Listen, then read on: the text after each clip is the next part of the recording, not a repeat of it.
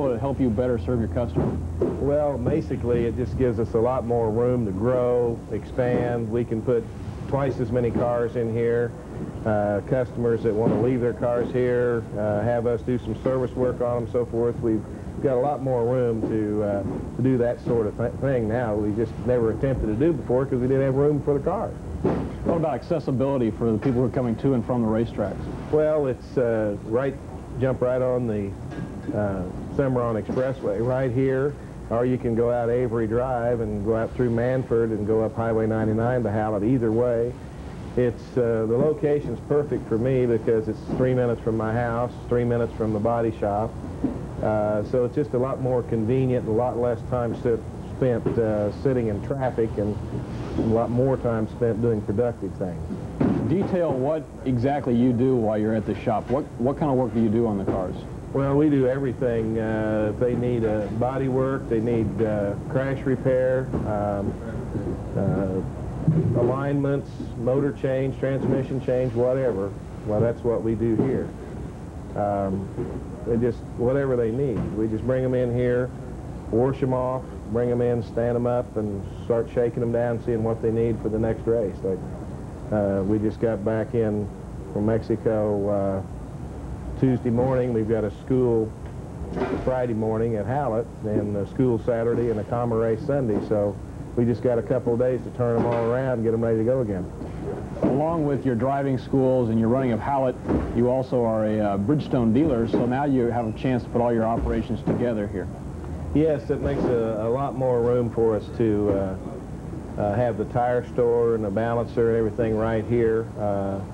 It's a lot more convenient for the customer. He can come by and, like Larry just picked up some tires here just a couple of minutes ago.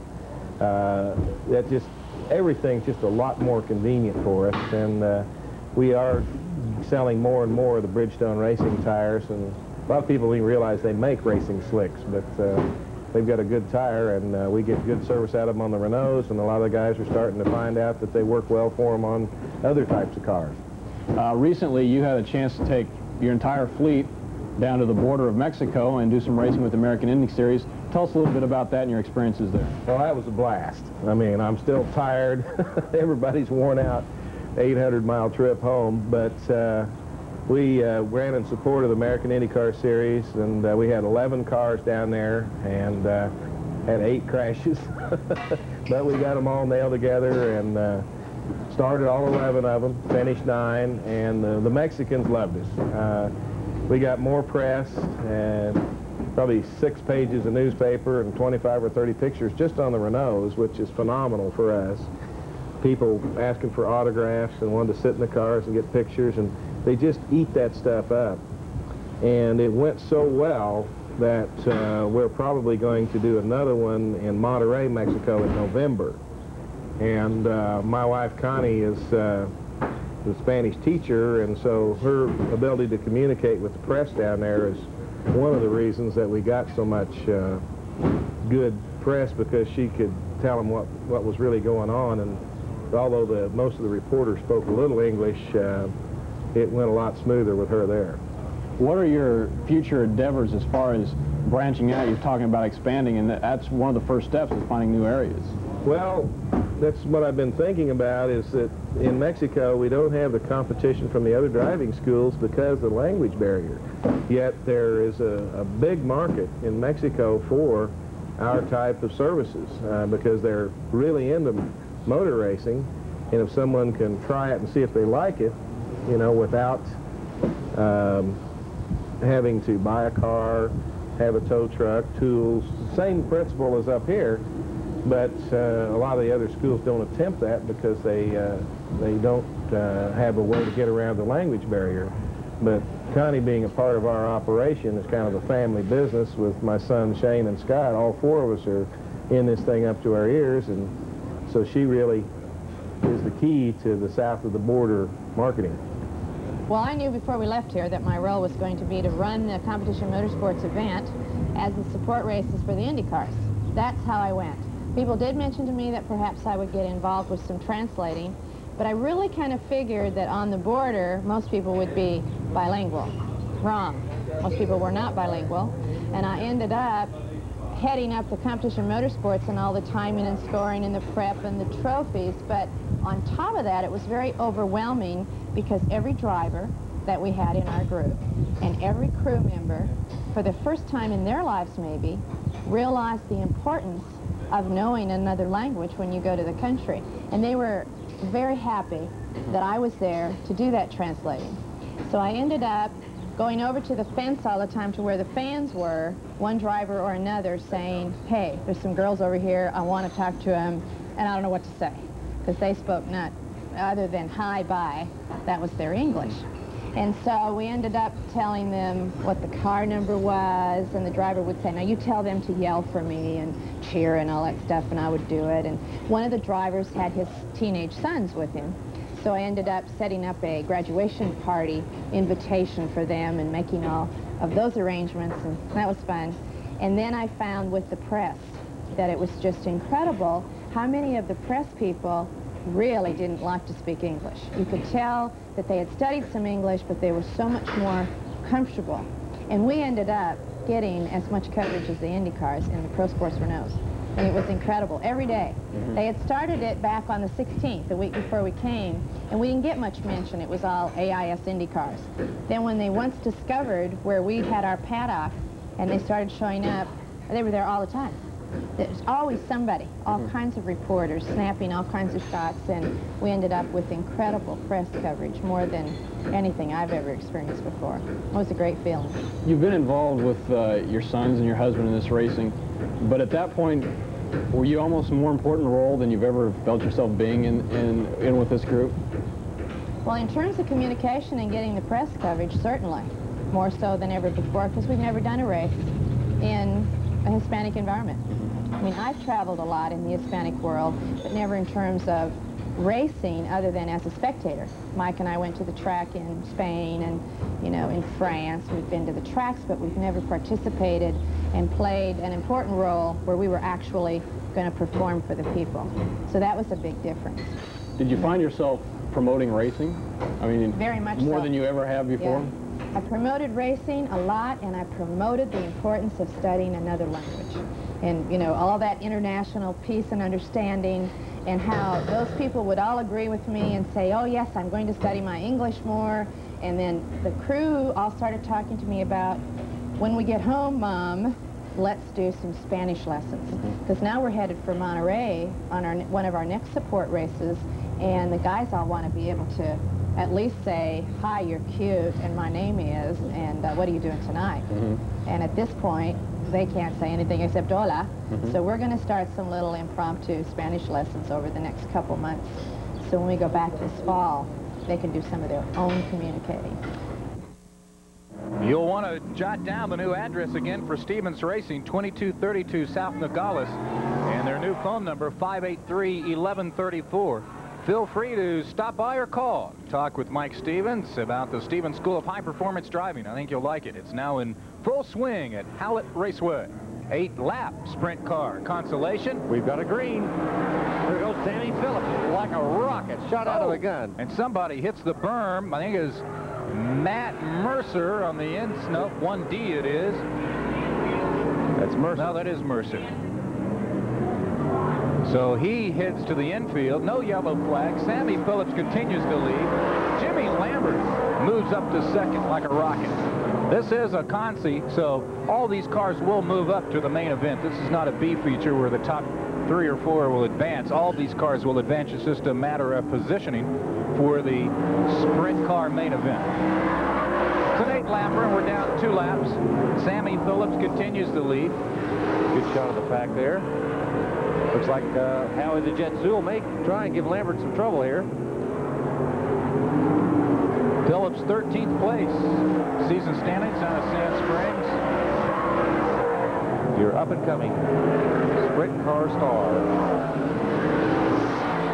Good shot of him in his office there, working. Jimmy Lambert Jr., 2 weeks ago, a feature winner. Great to see. You know, there's a good story about Jimmy Lambert Jr., Don.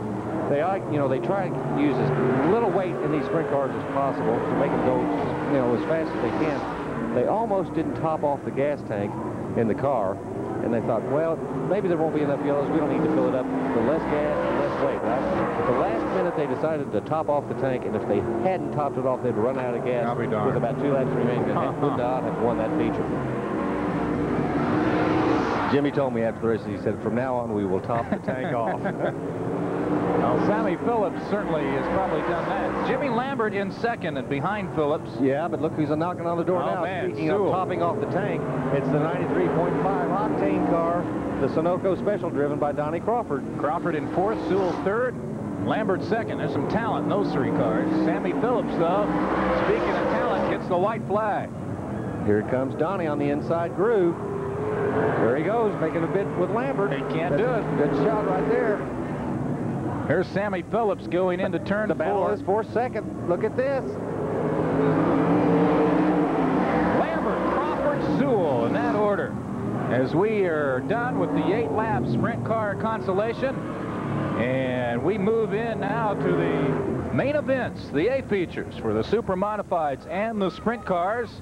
So stay with us as Checkered Flag continues from Tulsa Speedway on United Artists Cable Channel 3.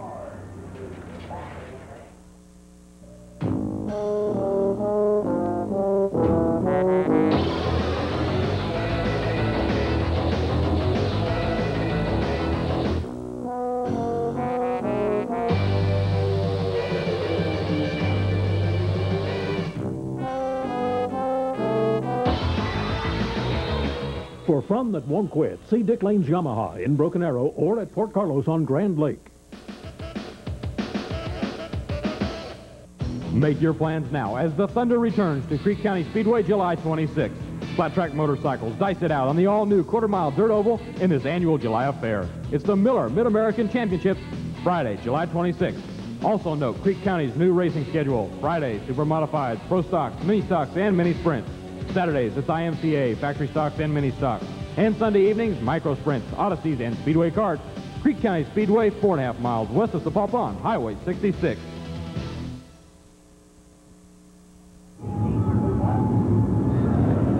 Welcome back to Tulsa Speedway. We get set for the Super Modified A feature. Before we get started, let's go to the pits in J.B. Haney and to talk to one of the top Super Modified drivers at the Tulsa Speedway. John Hunt driving car 04 tonight here at Tulsa Speedway in the Super Modified division. And what a race you have going on in the point division, John, with David Chappell. You're some 54 points behind, and I know you look at getting to be the leader in the point race. What do you have to do? You try to catch him in one night? Do you try to catch him over a period of 3 or 4 races? Just what goes through your mind in attempting to catch him? You basically just have to, you make your own luck, you know, so you just have to go out every week and just do the best you can, you know, try to finish the races, make the feature, just basically do the best you can, you know, let the points, you know, let it all fall into place as you go every week. You just really can't, you know, wait on somebody else to mess up or to have a bad week. You just got to just keep your program to yourself and just keep doing the best you can weekly. And that's... But you don't just go out there and try to catch up in 1 week. No, you really, you know, you try to, yeah, but, you know, it's 54 points. That's, he would have to break, and I'd have to, you know, finish pretty high that night. So really, you just got to just go weekly and just try to do your best every week. John, you're doing an awful lot of racing, not only here at Saturday night at Tulsa Speedway, you're also at Creek County. You're really involved in racing. Yes, we are. We just started running Creek County, and we're leading the points out there. Been having some good finishes there. We also run the Maps series, and we're leading the points in that deal. We've only run 2 races, but we're having a real good year, running good. John, you've been racing now, what, 3 or 4 years, and I know you're looking forward maybe to getting into the sprint division. Yeah, that's my main goal. I've always wanted to race sprint cars, and just trying to have the best year possible this year, you know, try to maybe impress some owners and just see what we can do, you know, as far as getting into a sprint deal. I've got my own car, and we're looking for a motor, and that's really what I've always wanted to do, and that's what we're going to try to go for maybe next year. Visiting with some of the people here at the track, John, they always talk about you driving on the high side. Explain it. The high sides, you know, really come about A feature time. The track usually moves up the cushion, gets pretty good up there, and usually if you can get up there and run and stay on the gas, you know, you can keep your momentum up better on the high side than you can the bottom. So I like to get out there and, you know, go as hard as I can. So usually the top suits me a little better, you know. But just depends on where the track is. You know, if the track's on the bottom, you have to run there. Sometimes you got to run down lower to get through lap traffic or something like that. But the top side's usually the best side for me to run. Best of luck tonight, John. Thank you, JB. John Hunt making a run at David Chappell here in the Super Modified. So watch 04 tonight at Tulsa Speedway.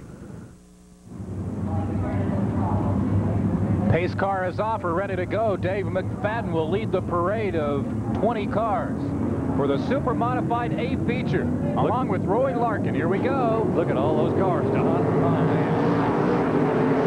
If you're not real confident of yourself, or even if you are, it is, I mean, it is quite a feeling to be on the pole. I had the pleasure of doing that at that Mike Stevens High Performance School of Driving, and I tell you what, Mark Champion, it's not a good feeling. Whoa, we've got to spin in. Oh, 3 cars, 5 up in turn 4.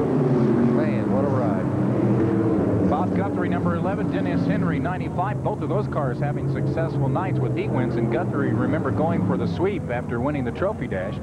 And also in the pile up there, number 3 from Tulsa, Brian Wedlake. It appeared Wedlake's wheel went into the cockpit of the 95's car, but evidently it didn't. Here's a good shot of it again.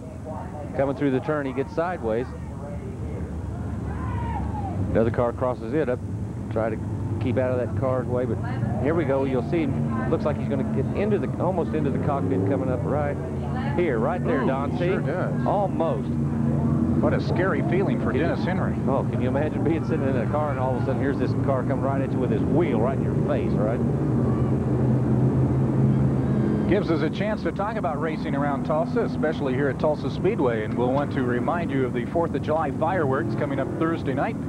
A giant fireworks display after the races, and it will be a regular Friday night show at the IMCA Modified, Street Stocks, Factory Stocks, and Mini Stocks. $6 for adults.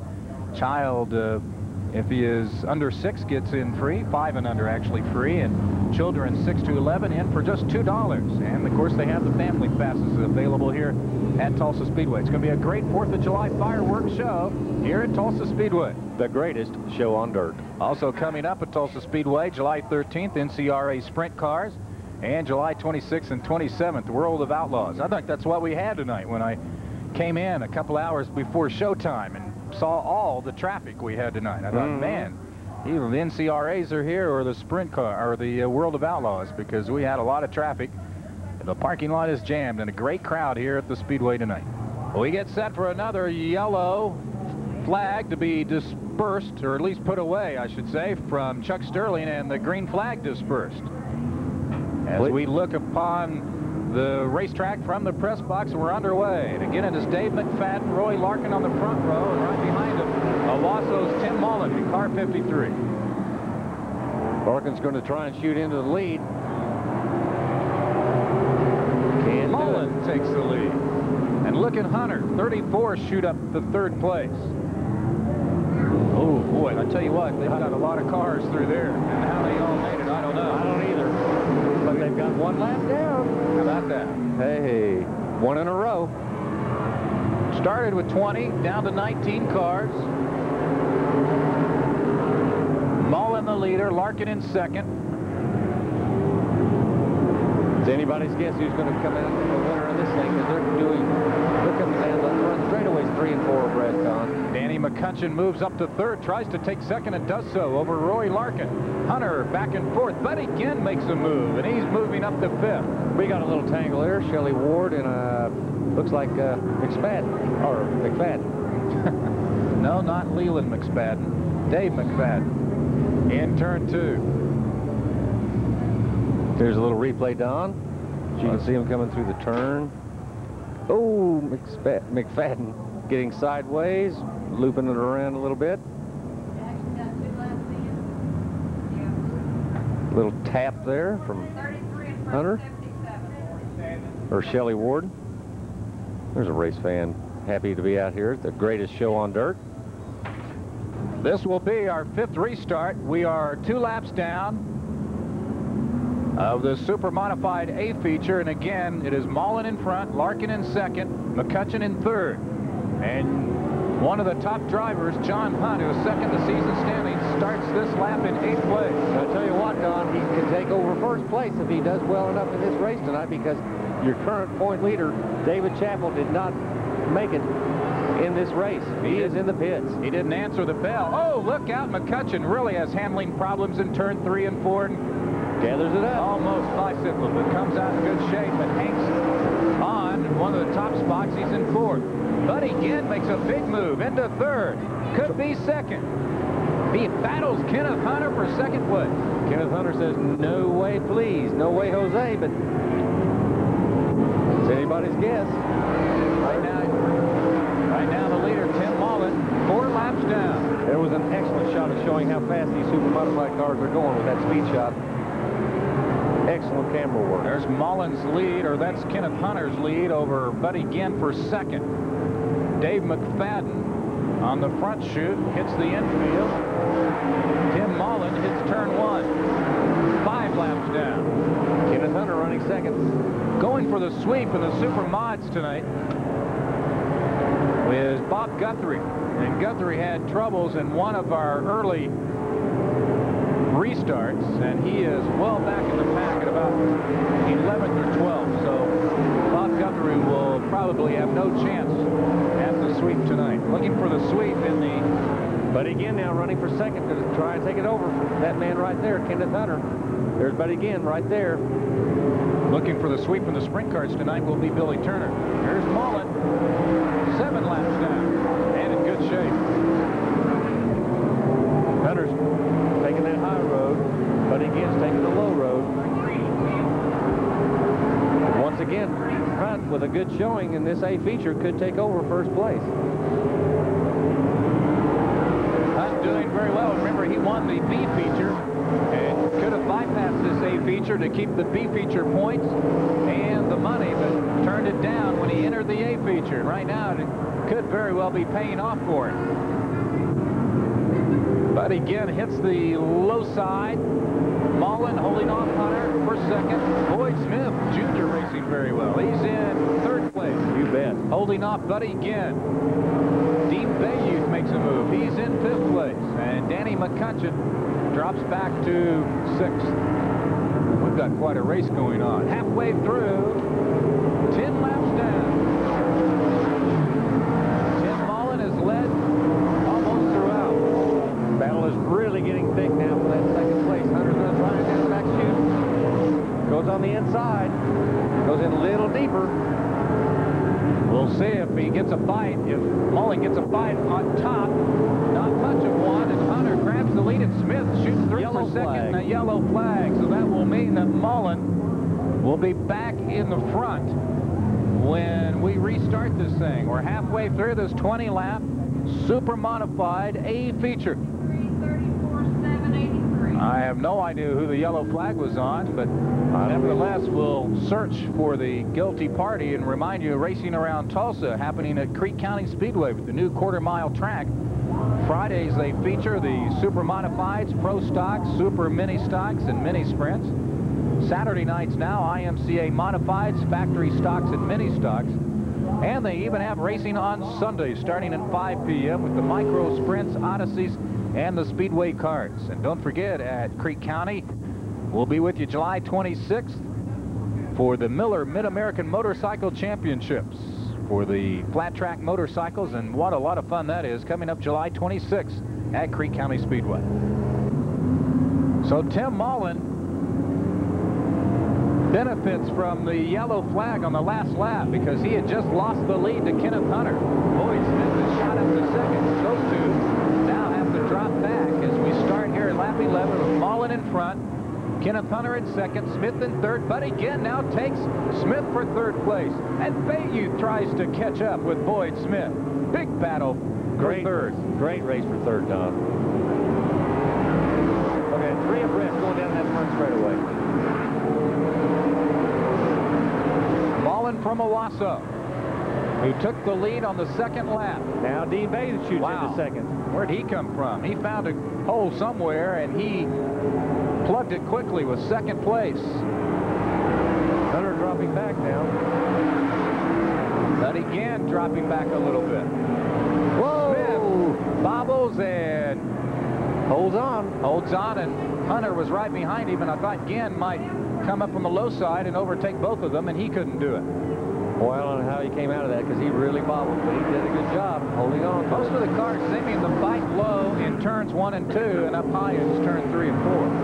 Must be where all the moisture is, and there goes Bayouth into first. Dean Bayouth overtaking the leader, Tim Mullen, on lap number 13. Lap number 14, excuse me. 14 down, 6 to go. Your leader is Dean Bayouth, who had troubles in his heat race and has come back through.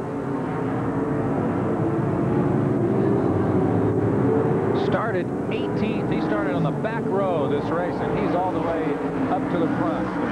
Bayouth has only got one heat win to his credit this year, and that's all. So this could be a big win for Dean if everything holds on. There's the current second place car right there.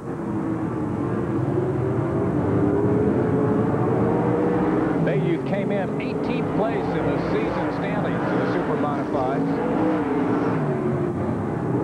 And as Martin mentioned, just one heat win to his credit. He used to race micro midgets. But again, making a bid for second place. But again, takes over second place. Got another yellow, Don. Yellow on lap number 16. Car number 96 has problems here in front of the flag stand. Randy Pierce from Tulsa.